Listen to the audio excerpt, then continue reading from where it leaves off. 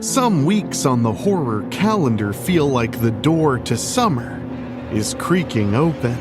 This one feels like it should have stayed locked.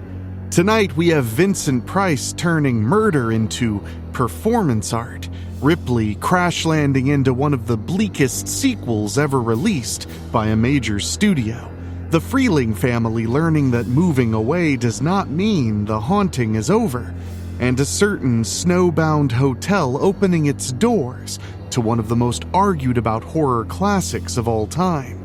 Then after the break, our deep cut spotlight heads to a funeral home where every story is a warning, every corpse has a point, and Clarence Williams III is waiting to tell you exactly where you are. So, check the room number, stay away from the air ducts, and if a mortician smiles like he knows the punchline already, maybe don't ask him to explain.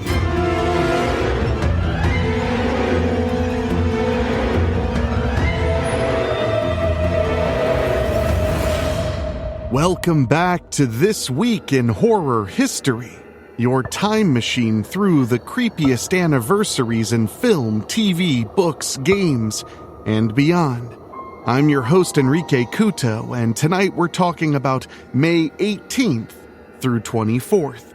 Coming up, a Vincent Price revenge machine inspired by biblical plagues, a notorious franchise sequel that sends Ripley to a prison planet, the return of Reverend Kane, and one of the creepiest smiles in supernatural horror, and Stanley Kubrick's Overlook Hotel beginning its long, strange life in American theaters.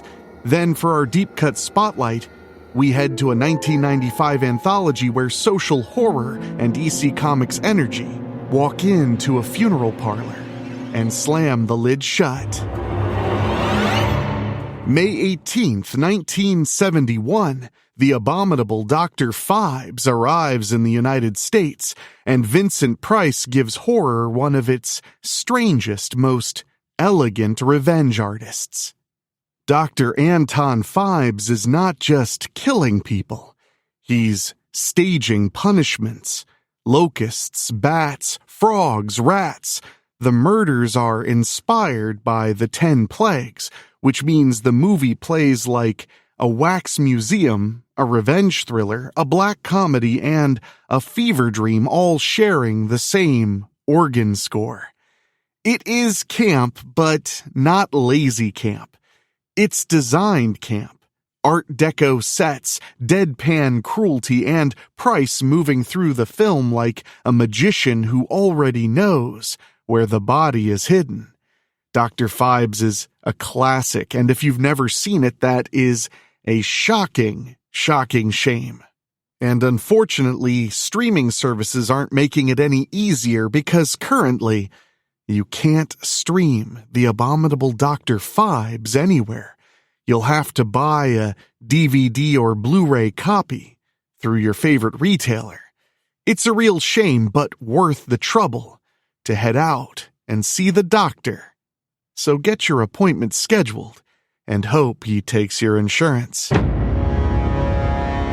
May 22nd, 1992, Alien 3 opens and the franchise takes a hard left into grief, rust, prison, and sacrifice. This is the one people still argue about, and honestly, that is part of its history. After the action horror triumph of Aliens, Alien 3 begins by taking almost everything away from Ripley. No family unit, no victory lap, just a crash on Fiorina 161, a prison colony full of men with nowhere else to go, and something moving in the dark. Again. Its production was famously troubled, but the finished film has an unmistakable mood, industrial, religious, punishing, and fatalistic. Even when it frustrates, it manages to entertain nonetheless. I've always been a big proponent of Alien 3, if only because it pretty much launched David Fincher's career. So if you want to visit your favorite prison planet, it's currently streaming on HBO Max with your subscription or available to rent and buy on Amazon Video, Apple TV, and Fandango at home. May 23rd, 1986, Poltergeist II: The Other Side opens, and the Freeling family discovers the haunting did not stay behind in the old neighborhood. The movie is a bit messier than the original, but Reverend Kane makes it impossible to dismiss the creep factor. Julian Beck's performance is the kind of horror image that bypasses plot logic and goes straight into your lizard nervous system. That smile, that hymn, the voice at the screen door, asking to be let in. Poltergeist 2 and Poltergeist 3 are both, in my opinion, extremely underrated films, highly worth revisiting. And I think that because Poltergeist 1 was such a unmitigated success, people often forget that. It was a real performer at the box office as well, grossing about $41 million domestically on a reported $19 million budget. If you want to give it a quick revisit or watch it for the first time, it's available at MGM Plus with your subscription, and of course, you can watch it free with ads on Roku channel and YouTube. May 23rd, 1980. The Shining opens in U.S. theaters, and horror gets a haunted house movie so cold, it feels like your blood is turning to ice. Stanley Kubrick turns Stephen King's novel into something enormous and alien. Empty corridors, impossible geography, a family cracking apart in slow motion, and a hotel that seems less haunted by ghosts than by history itself. It opened small, 10 theaters according to box office reporting, but that is just part of the story.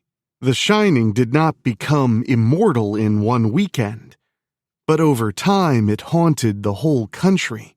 It pulled in around $50 million at the box office against a $19 million budget, a strong success for the era. So make your reservations for a revisit to The Shining by going to Amazon Video, Apple TV, or Fandango at home to rent or buy it digitally. Tomorrow on Weekly Spooky, we hit a milestone that I kind of can't believe we've made it to. We release episode 400. 400 scary stories every week, just for you. And for something this big, we're not just bringing you yet another scary story.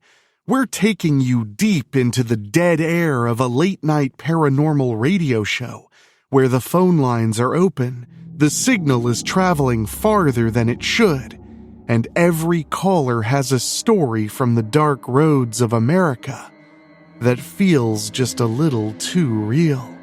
The episode is called Final Broadcast, written by yours truly, and it drops you inside a lonely AM radio station where your host invites listeners to share their strange and paranormal encounters over the airwaves.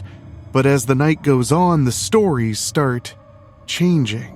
Or maybe it's us changing.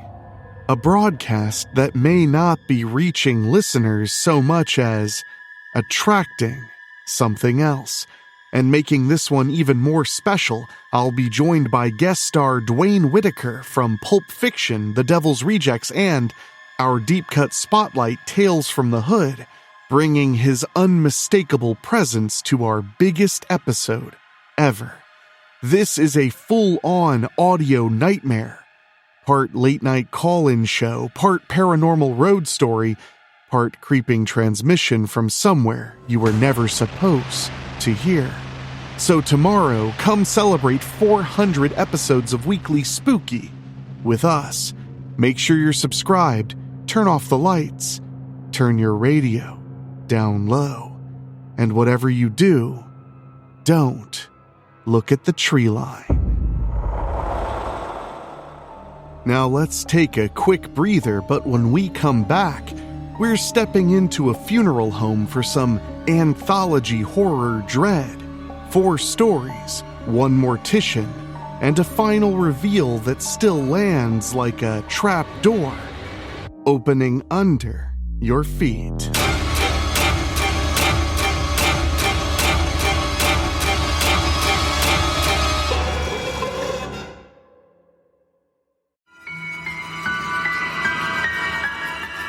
We're back.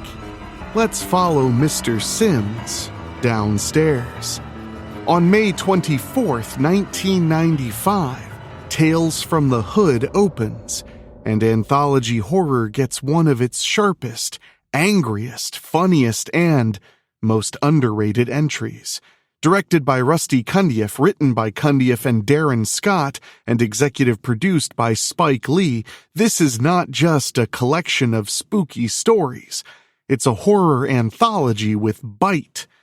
Police brutality, domestic abuse, gang violence. The movie takes real social horrors of the time and pushes them through supernatural payback, nightmare logic, and comic book morality.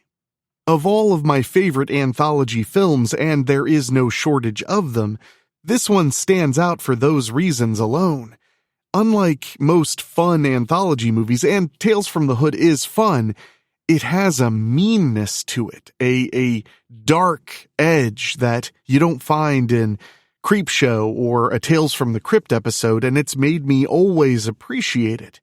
The frame story gives us Clarence Williams III as Mr. Sims, the funeral director guiding 3 young men through a tour they do not understand until it's too late. He's funny, theatrical, terrifying, and absolutely in control. Every time he smiles, the movie feels like it's tightening the knot. And the segments have range. One plays like a ghostly revenge. One turns childhood abuse into a monster story with bruises you can feel. One gives racist power the EC Comics punishment it deserves. And one asks whether violence can be confronted before it consumes everything around it. Financially speaking, it was modest but respectable. About $11.8 million worldwide on a reported $6 million budget. But culturally, it lasted much longer than its box office suggested. It became a cult favorite because it is scary, yeah, but also because it's direct. It knows exactly what it's angry about. If you want to take a trip to the mortuary, well, I highly recommend you do, whether it's a revisit or a first time. It's available to watch free right now with ads on YouTube. You can also, of course, rent it at Amazon Video, Apple TV, and Fandango at home.